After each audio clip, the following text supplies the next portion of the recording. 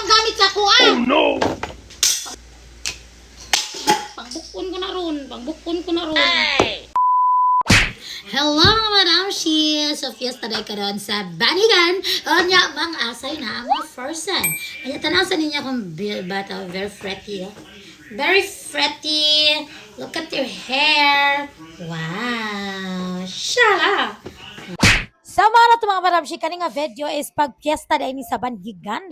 Anya nag-video ko diri mga Madam Shi kay mag-get ready with me unta ang inyong mamatin.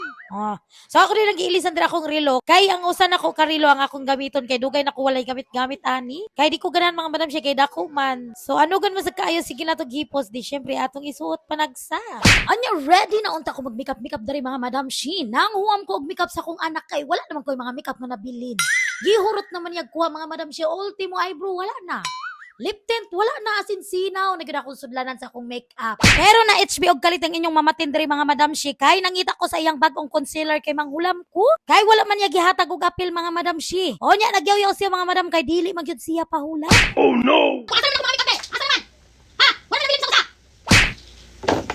Pangbukon ng makeup wanga ka. Pangbukon ko na ron. Utang ina mo ha, dili ka magpahula buwanga ka. Kubay nagpalit ha. Wala na kay ko nabilin sa isa ko sa. Ultimo eyebrow, wala na nabilin. Ilas kay kambuanga ka. Pangbukon ko na ron. Pangbukon ko na ron.